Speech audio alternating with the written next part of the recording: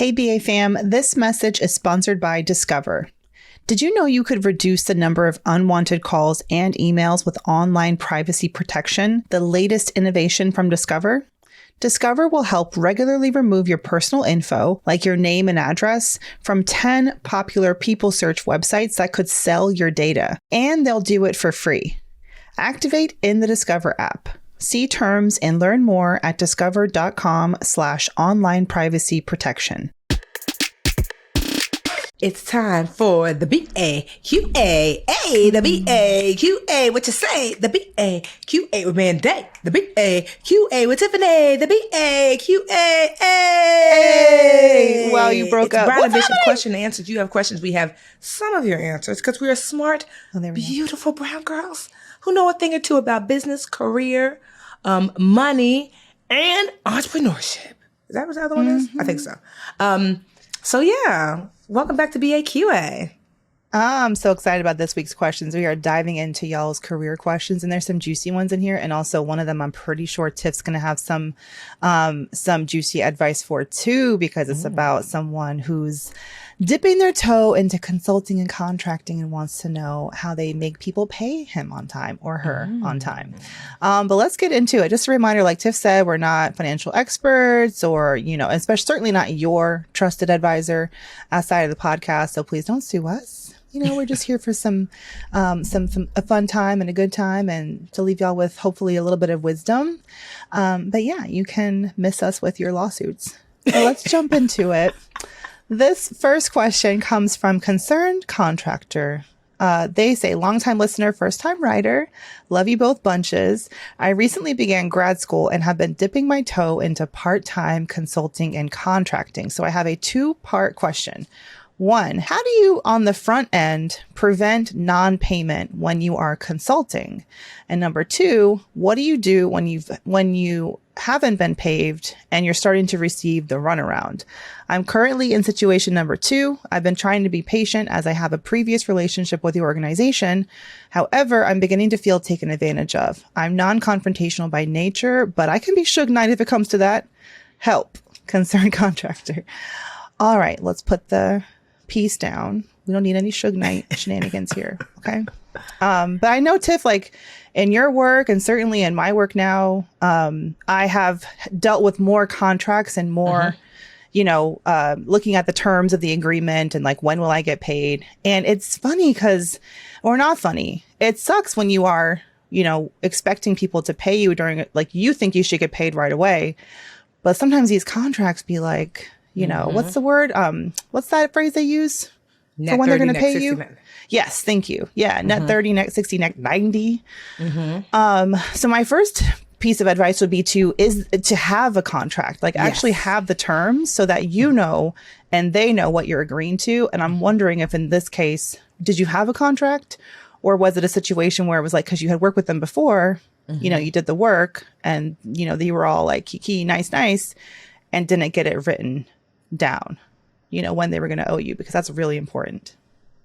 Yeah. And also too, consider having some money being paid up front, like a deposit. So that way, at least you get something, up front. Like typically, I get about half up front typically.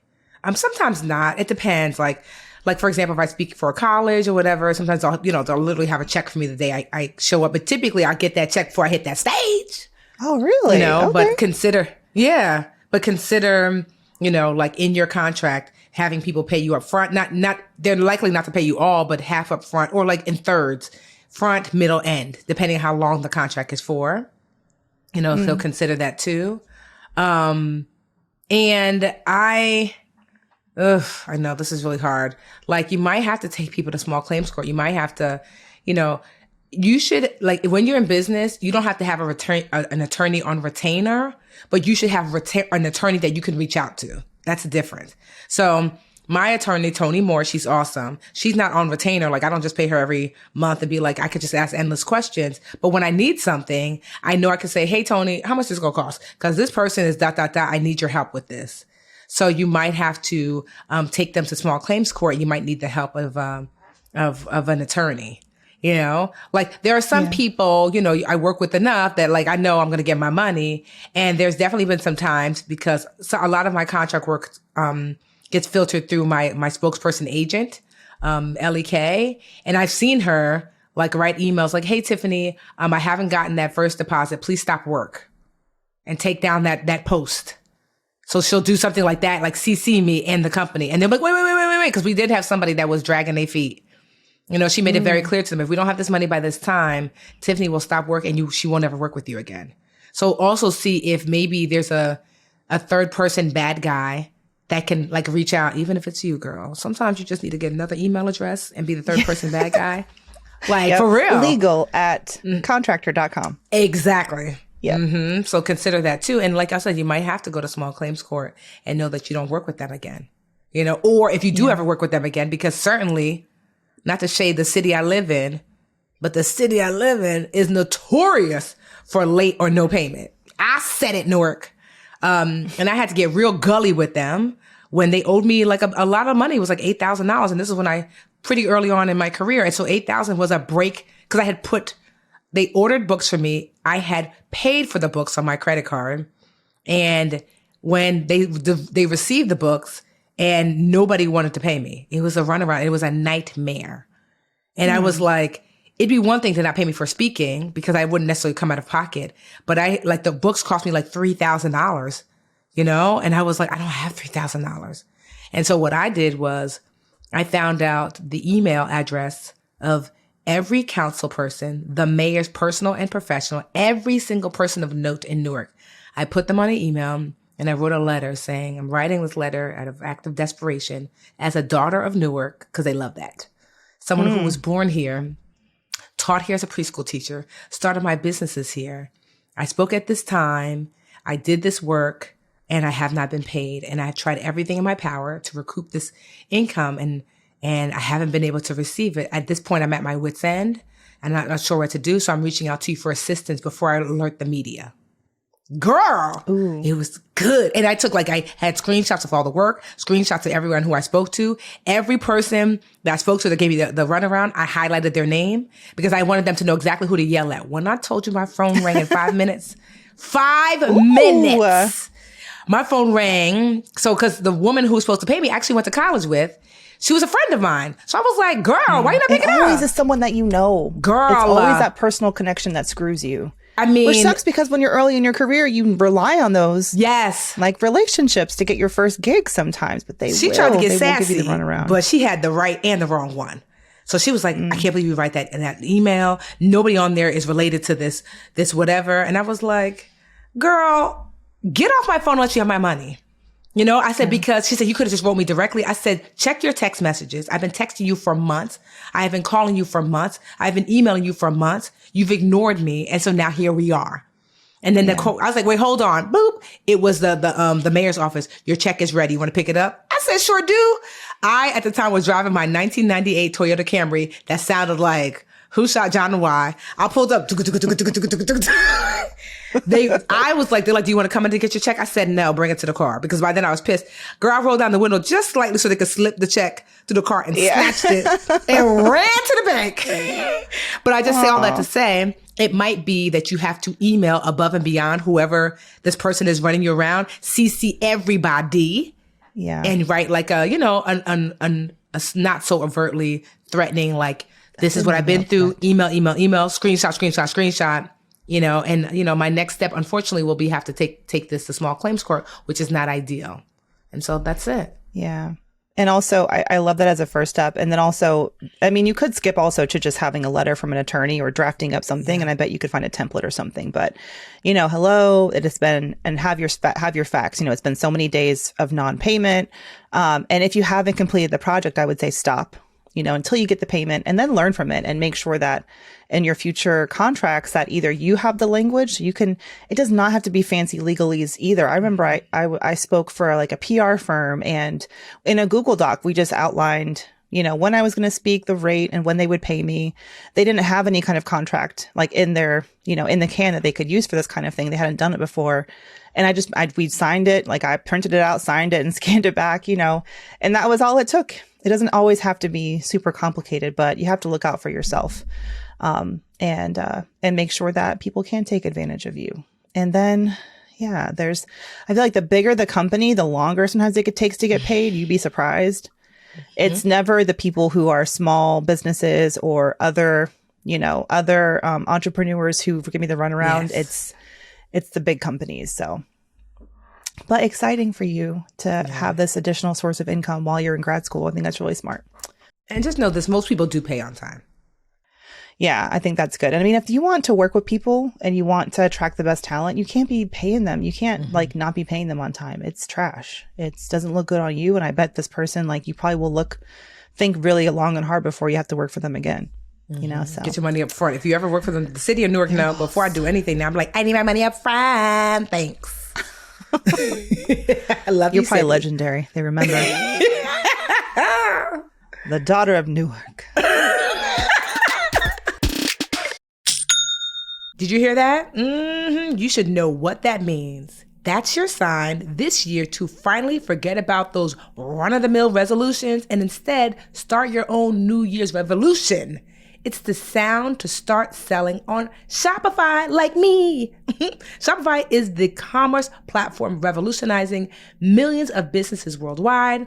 Whether you're selling t-shirts or books or mugs or whatever, Shopify simplifies selling online and in person so you can focus on successfully growing your business. Honestly, I use Shopify for my Molly Moore site. I have a Dreamcatcher's place where you can get swag, and I believe we use Shopify for Brown Ambition. Child, we are Shopify up around here. This possibility is powered by Shopify. Sign up for a $1 per month trial period at shopify.com/brownambition, all lowercase. So go to shopify.com/brownambition to take your business to the next level today. That's shopify.com/brownambition. Hey, BA fam, this show is sponsored by BetterHelp.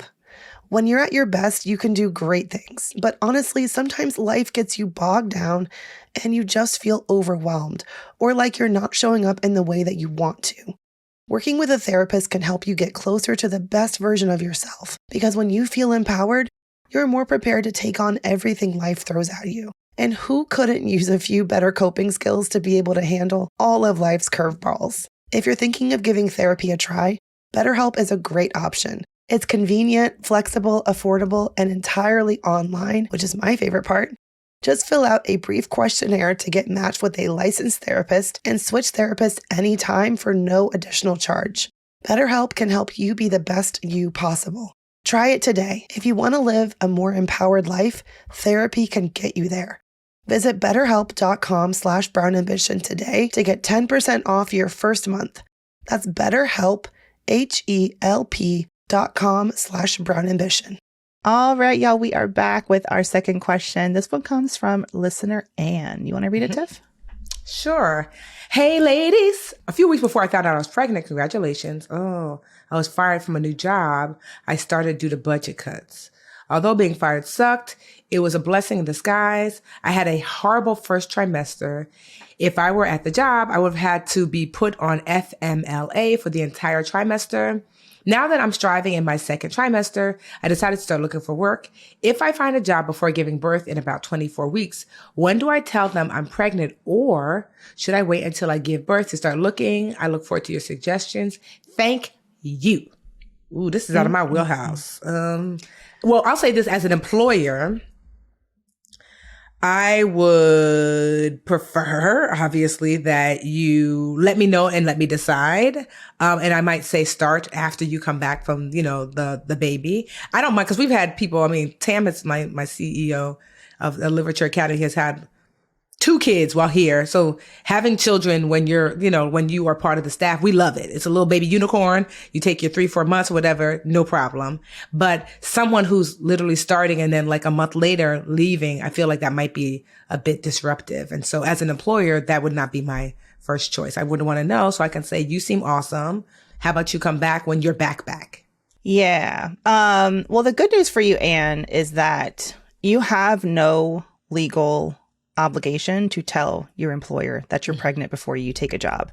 Now, that doesn't mean that in some cases, like Tiff said, it wouldn't be nice to give them a heads up. But I think the reality is, like, I can see how if you're coming into a role and you're in an executive level position and you are going to have, you have more skin in the game and you are, a key player in the business's success, that you would want to bring that up probably before, if you were getting closer to your due date. I remember when I was at Yahoo and Marissa Mayer, who came from Google, she took the Yahoo CEO job in 2013, 14 or 12. I don't forget. And she was like 9 months pregnant with twins. So, and that was back when you had to interview in person. So it's harder to hide that. And I think in that case, you have to be upfront. But in your case, I mean, I'm not sure what position you are, what position you're in, but I would say I would keep that close to your chest, especially if you're in your second trimester. So am I. I feel like we're going to be due around the same time. You're probably not showing terribly or not showing that much right now. I would keep it to yourself. And I would say if you get a job, which you likely are, hopefully you do, get a job and you still have a few weeks left before your due date, I would take it. I would tell them. I would tell HR, when you join, and also this is another thing, find a way to strategically ask about parental leave benefits before you join, because you're going to want to know, will you need to be here a certain number of weeks or months? Sometimes they'll want you to be there for a year before you qualify for additional paid leave. And based on that, you may decide, okay, I feel confident in taking this job, because I will be accepting some leave with that. I know that there are companies who, if they do find out that you're expecting, they have no problem holding your spot for you. And I'll mention Google. My friend, and it was not even my friend who was pregnant, it was her husband, got a brand new job at Google. And he interviewed in August. The baby was due in, he interviewed in August. Baby was due in August. And they were like, you got the job. We'll see you in January. And they gave him his parental leave up front. So the benefit of maybe telling them is that maybe there's something that can be worked out where they can maybe give you your leave up front and then hold that spot for you to join down the line. It's dicey because you really have to feel it out and feel if you feel safe. Because I'm not going to lie, some jobs may just need someone in the seat right away, and they may come up with another reason for turning you down. But really, it could be that, we want someone who can really hit the ground running. And that's discriminatory and illegal for them to deny you a job based on, your pregnancy. But I live in the real world and that shit still happens.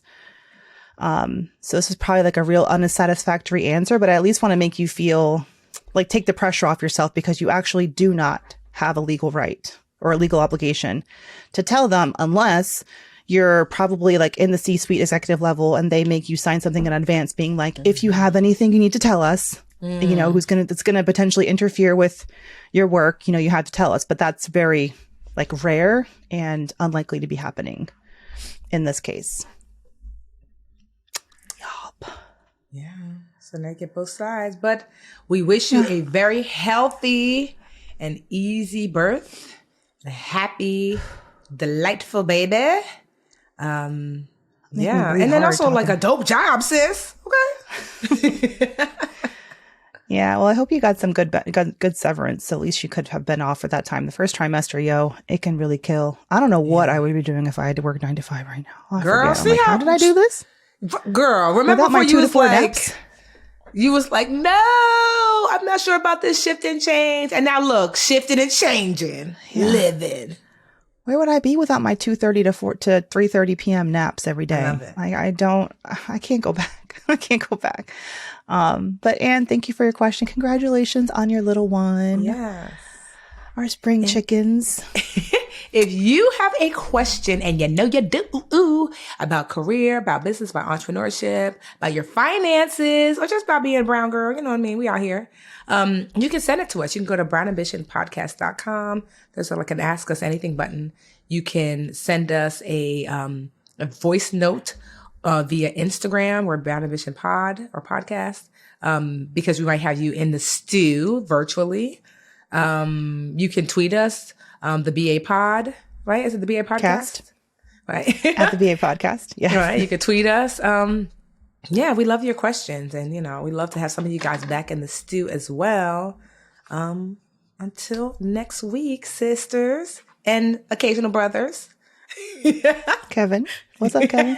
Yeah, Kev, how you doing, Kev? Happy New Year, Kev, to you and your beautiful wife. I love her.